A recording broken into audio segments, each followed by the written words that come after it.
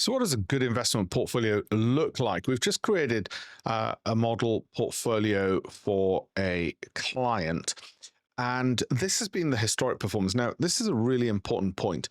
Past performance does not guarantee future performance. That's the first point. The second thing is, you never want to curve fit to history. In other words, you don't look at history and say, what should I buy today based on how it's performed historically. That alone would just mean that you would have bought Monster Beverages because it's been the best performer over the last 15, 20 odd years. Okay.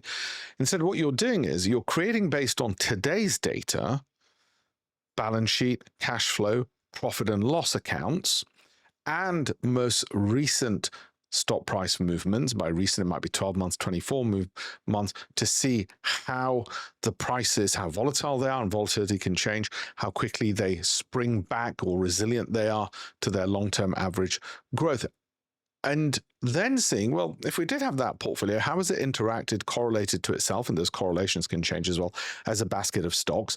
And we know we want to have between 20 to 40 stocks. So this is all part of the portfolio construction. We know we want to take it through more volatile periods and prolonged negative periods like 2022, for instance. And that's really important. We take it for a spin through that, a bit like crash testing a car. And we're not so much interested in the historic annualized return, which is the mistake people make, because what we assume is even if we do half as well as that, can we double our money within 5 years? So this one ticks that box. What we're really interested in is the drawdown. The number is critical because it gives you a sense of risk capacity and whether you can take those drawdowns, dips in a roller coaster. Even if I tell you your destination at the end of a roller coaster is secured, you'll come out walking.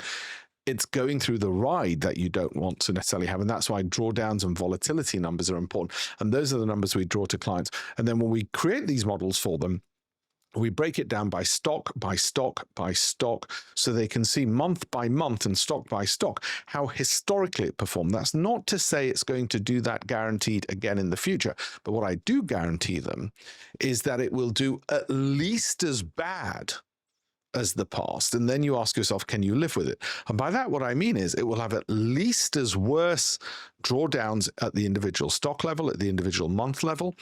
And the thing that I try to get across to clients so that they improve their risk capacity and don't panic into the future is you will have months, because I showed them historic performance, months where virtually every stock in your portfolio will drop.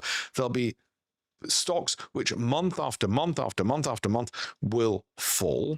And yet, historically, those are the same portfolios which have generated 27, 30, 40% per annum without curve fitting to history. So this is what a model portfolio is. We look at today's numbers, valuation, growth of these companies and so on, and then say, historically, do they also tick the box that historically they didn't do too badly? Okay.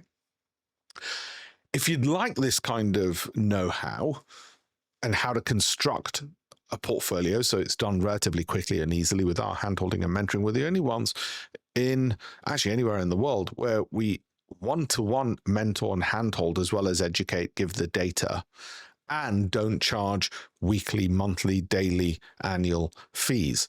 Go to alpeshpatel.com/links for a ton of free resources, but also if you're interested in becoming a client, then go there as well.